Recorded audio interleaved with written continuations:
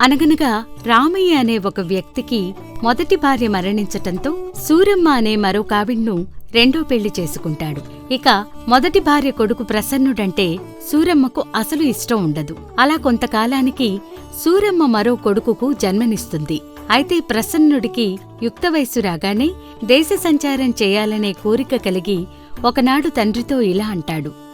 నాన్నా, నేను కొంతకాలం పాటు దేశాలు తిరిగి వస్తాను. అలా తిరిగిన వారికి స్వస్థలం మీద అభిమానం జాస్తి అవుతుందంటారు. ఎప్పుడు తిరిగి వస్తానో చెప్పలేను, కాని బ్రతికుంటే మాత్రం తప్పక తిరిగొస్తాను అని తండ్రితో అంటాడు. అయితే ఆ మాటలకు బాధపడిన రామయ్య తన కొడుకుతో ఇలా అంటాడు. అయ్యో, మీ అమ్మ పోయాక నీకు తల్లి లేదని మీ పిన్ని నేను పెళ్లి చేసుకున్నానన్నా.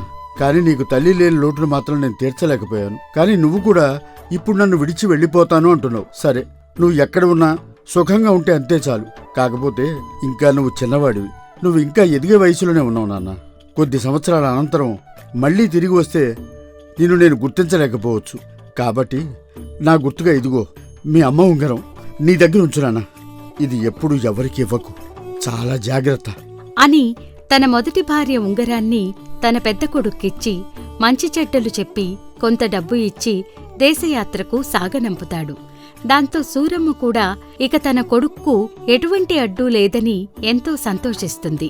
ఇక అలా బయలుదేరిన ప్రసన్నుడు చాలా దేశాలు తిరుగుతాడు. అలా అనేక సంవత్సరాలు గడుస్తాయి. ఒకరోజు రామయ్య ఏదో ఆలోచిస్తూ ఉంటే గమనించిన సూరమ్మ భర్తను ఇలా అడుగుతుంది. ఏంటయ్యా, ఏంటి అంత దీర్ఘంగా ఆలోచిస్తున్నావు? ఇప్పుడు ఏం గుర్తుకొచ్చిందేంటి నీకు? ఏం లేదే, ఇల్లు విడిచి వెళ్ళిపోయిన నా పెద్ద కొడుకు ప్రసన్నుడు ఎందుకో గుర్తుకొస్తున్నాడు. వాడసలు ఏమయ్యాడో, ఎక్కడ ఉన్నాడో, అసలు జీవించి ఉన్నాడో లేదో కూడా ఎవరికీ తెలియదు. అదే ఆలోచిస్తున్నాను అని రామయ్య అనగానే సూరమ్మకు చిర్రెత్తుకు వస్తుంది. అడ్డు తొలగిపోయాడు అనుకున్న ప్రసన్నుడిని మళ్లీ భర్త కలవరిస్తూ ఉండటంతో సూరమ్మ ఇలా అంటుంది. ఇన్ని సంవత్సరాల నుండి నీకు సేవలు చేస్తున్న నా గురించి, నా కొడుకు గురించి నువ్వు ఎప్పుడు ఆలోచించావు గాని, ఎప్పుడో నిన్ను కాదని ఇల్లు వదిలేసి వెళ్ళిపోయిన నీ పెద్ద కొడుకు ఇప్పుడు నీకు గుర్తుకొస్తున్నాడా? సర్లే సర్లే, ముందు మమ్మల్ని ఎలా పోషించాలో ఆలోచించు అని విసురుగా అక్కడ్నుంచి వెళ్ళిపోతుంది సూరమ్మ. భార్య అన్న మాటలకు రామయ్య మౌనంగా ఉండిపోతాడు. ఇదిలా ఉండగా మరోవైపు ప్రసన్నుడు ఒకరోజు వీధిలో నడుచుకుంటూ వెళుతుండగా ఒక అరుగుమీద కూర్చుని తన తల్లిదండ్రులతో సంతోషంగా ఆడుకుంటున్న ఒక బాలుణ్ణి చూసి తన మనస్సులో ఇలా అనుకుంటాడు. నాకు ఈ లోకం గురించి తెలిసే సమయానికి మా అమ్మ నన్ను విడిచిపెట్టి వెళ్ళిపోయింది. ఇక మా పిన్ని వచ్చిన తర్వాత ఆ ఇంట్లో నేను ఇమళ్లేక మా నాన్నను వదిలేసి వచ్చేశాను. నా దగ్గర ఇప్పుడు మా అమ్మకు గుర్తుగా మా నాన్న ఇచ్చిన ఉంగరం తప్ప ఇంకేమీ లేదు. అయినా ఇప్పుడు మా నాన్న ఎలా ఉన్నాడో ఏంటో ఒక్కసారి వెళ్ళి చూడాలి అని అనుకుని తన చేతికి ఉన్న ఉంగరాన్ని ప్రేమగా చూసుకుని వెంటనే అక్కడ్నుంచి బయలుదేరి ఇంటిదారి పడతాడు ప్రసన్నుడు. అయితే అక్కడ్నుంచి తన తండ్రి ఉన్న ఊరిలోకి వెళ్ళాలి అంటే మధ్యలో ఒక అడవిని దాటి వెళ్ళాలి. అలా అడవిని దాటి ప్రసన్నుడు తన తండ్రి ముందుకు వచ్చి నిలబడతాడు. అయితే తన కొడుకును గుర్తుపట్టని రామయ్య అతన్ని ఇలా అడుగుతాడు. ఎవరు బాబు నువ్వు? ఎవరు కావాలి నీకు?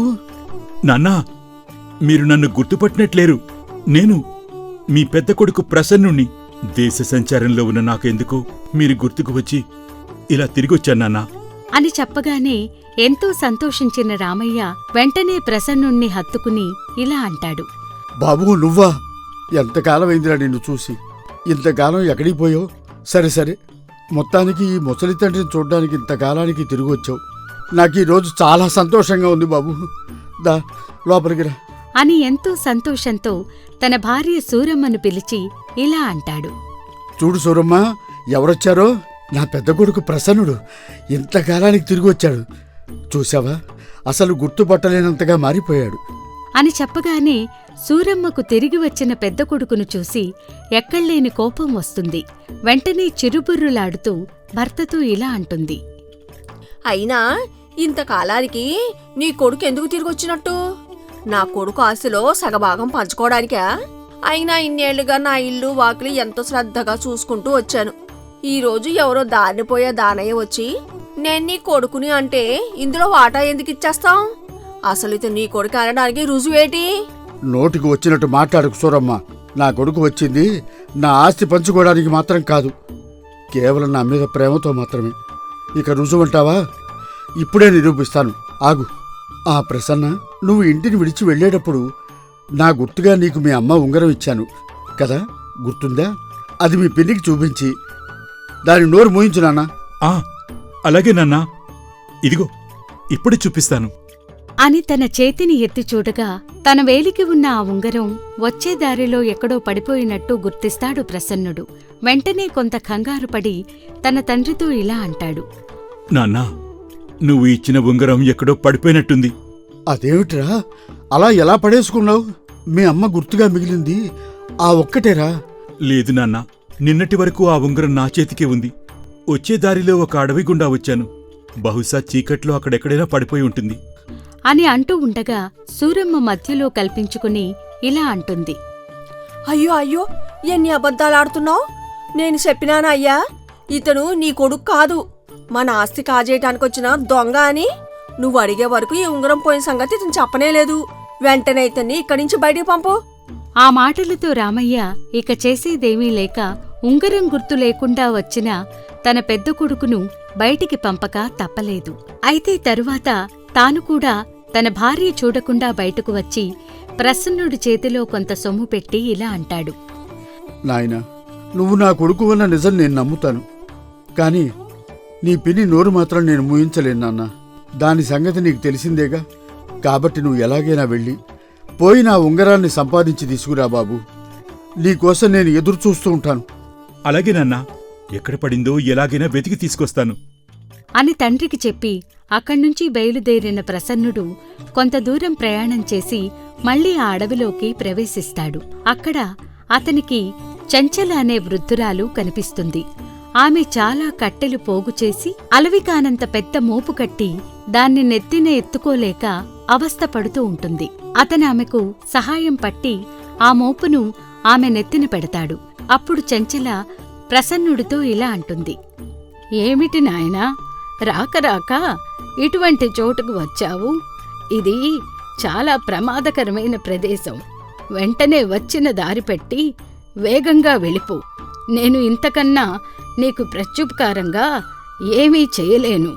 ఆ మాటలు విన్న ప్రసన్నుడు మొదట కొంత భయపడినా తన తండ్రి వద్దకు చేరాలి అంటే తప్పక తాను ఆ ఉంగరం సాధించాలి కాబట్టి తిరిగి వెళితే ఆ ఉంగరంతోనే ఇంటికి వెళ్ళాలి అని నిశ్చయించుకుని ఇలా అంటాడు. అవ్వా, నా జీవితంలో నేను ఎన్ని కష్టాలైనా భరించాను కాని వాటికెన్నడూ వెన్నుచూపు ఎరగను. కాబట్టి నేను ఇప్పుడు ఇక్కడికి ఒక ముఖ్యమైన వస్తువుని వెతుక్కుంటూ వచ్చాను. ఇక అది దొరికితే కాని ఇక్కడి నుండి నేను తిరిగి వెళ్ళలేను.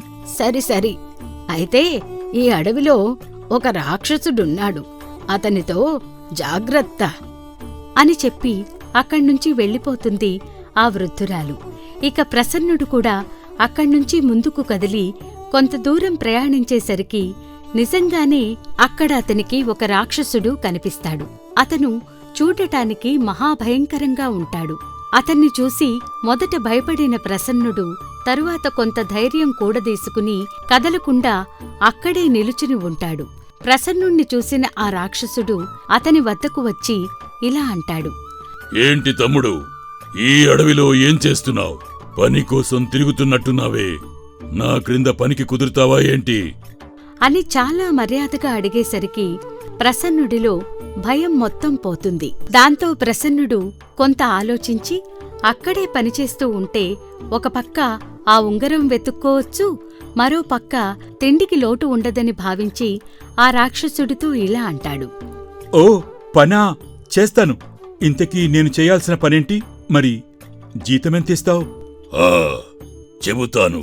నువ్వు చేయవలసిందేంటంటే, ఇదిగో ఈ అడవికి ఈ వైపు నుండి అవతలి వైపుకు దారి చెయ్యాలి. అయితే 1 సంవత్సరం పూర్తయ్యేసరికి నువ్వు అడవి అవతలి చివరి దాకా దారి చేస్తే అవతలి చివర నీకొక చెట్టు, దానిపైన ఒక గోవా గూడు కనిపిస్తుంది. ఆ గూట్లో రాజుగారి రత్న మాణిక్యాలు దొరుకుతాయి. అవే నీ జీతం. ఒకవేళ ఏడాది పూర్తయ్యేసరికి నువ్వు ఈ దారి చెయ్యలేకపోతే ఇక నువ్వు బ్రతికున్ననాళ్ళు నా క్రింద జీతం లేని నౌకరుగా పనిచెయ్యాలి. మరి నీకిది సమ్మతమేనా? అని అడిగాడా రాక్షసుడు. దాంతో కొంత ఆలోచించి ప్రసన్నుడు ఇలా అంటాడు. ఇక ఈ అడవిలో నువ్వు తప్ప నాకు ఎటువంటి గత్యంతరము లేదు. కాబట్టి నువ్వు విధించే ఏ షరతుకైనా నాకు సమ్మతమే అంటాడు ప్రసన్నుడు. ఇంతలో ఇంతకు ముందు కనిపించిన చెంచల అక్కడికి వస్తుంది. ఆమె ఆ రాక్షసుడి భార్య. అయితే ఆమె ఏదో భయపడుతూ ప్రసన్నుణ్ణి అసలు గుర్తించినట్లు ప్రవర్తిస్తుంది. దాంతో ప్రసన్నుడు కూడా ఆమెను గుర్తించనట్లు నటిస్తాడు. ఇక మరుసటి రోజు ఉదయం ఆ రాక్షసుడు ప్రసన్నుడి చేతికొక గొడ్డలి ఇచ్చి ఆ అడవిలో ఒక చోటికి తీసుకుపోయి ఇలా అంటాడు. ఇదిగో, ఈ పని నువ్వు ఎంత త్వరగా ప్రారంభిస్తే అంత మంచిది. ఏమంత కష్టమైన పని కాదనుకో, కాని త్వరగా పూర్తి చెయ్యాలి, తెలిసిందిగా? అని చెప్పి ఆ రాక్షసుడు అక్కడ్నుంచి వెళ్ళిపోతాడు. ఇక ఆ గొడ్డలి తీసుకుని ప్రసన్నుడు అక్కడే ఉన్న చెట్టుని నరకడం మొదలు పెడతాడు. కాని ఆ చెట్టు కర్ర రాయిలా చాలా గట్టిగా ఉండడంతో అది ఎంతకూ తెగకపోవటంతో తన మనస్సులో ఇలా అనుకుంటాడు ప్రసన్నుడు. ఏంటి, ఈ చెట్లు కొండరాయిలా ఇంత గట్టిగా ఉన్నాయి? నేను చాలా సులభంగా వీటిని నరికేయవచ్చు అనుకున్నాను. కాని ఎంతకీ ఇవి తెగటం లేదు అని చీకటి పడే వరకు ఆ చెట్లను నరకడానికి ప్రయత్నిస్తూనే ఉంటాడు. కాని ఆ రోజుకు ఒక చెట్టును కూడా తాను నరకలేకపోతాడు. ఇక ఉస్సురంటూ ఆ రాత్రికి ఆ రాక్షసుడు ఉండే చోటుకి తిరిగి వచ్చిన ప్రసన్నుణ్ణి చూసి ఆ రాక్షసుడు ఇలా అంటాడు. ఏంటి, ఈ రోజు పని ఎలా జరిగింది? పని చురుకుగా సాగుతోందా? చురుకుగా సాగడమా? అబ్బో, ఆ చెట్లేంటి అంత గట్టిగా ఉన్నాయి? నేను ఎంత ప్రయత్నించినా ఈరోజు వాటిని నరకలేకపోయాను. ఆ, ఇంతకు ముందు నా దగ్గర పనిచేసిన వాళ్లంతా ఒట్టి సోమరిపోతులు. ప్రతి ఒక్కడూ ఈరోజు నువ్వన్న మాటే అన్నాడు. గట్టిగా ప్రయత్నిస్తే ఆ చెట్టును ఎవరైనా నరకవచ్చు. నువ్వు సోమరిపోతువి కాదు అని నేను అనుకుంటున్నాను అంటాడా రాక్షసుడు. ఆ మాటలకు ప్రసన్నుడికి ఎక్కడా లేని పౌరుషం వస్తుంది. నువ్వనుకున్నట్లు నేనేమి సోమరిపోతును కాను. రేపెలాగైనా ఆ చెట్లను నరికి అది నేను నీకు నిరూపిస్తాను అని మరుసటి రోజు ఉదయమే వెళ్ళి ఆ రోజు మరింత శ్రమ పడతాడు. అయితే ఫలితం లేకపోతుంది. అలా ప్రసన్నుడు రోజుకు 1-2 చెట్లకన్నా పడగొట్టలేకపోవడం చూసి రాక్షసుడు చాలా ఆనందపడతాడు. కొద్ది రోజులు గడిచాక ఒక ఉదయం ప్రసన్నుడు గొడ్డలి తీసుకుని వెళుతుండగా ఆ అడవిలో ఆ వృద్ధురాలు చెంచల మళ్లీ కనపడి ఇలా అంటుంది. చూడు బాబూ, నేను ముందే చెప్పాను కదా ఈ అడవిలో రాక్షసుడితో జాగ్రత్తగా ఉండమని.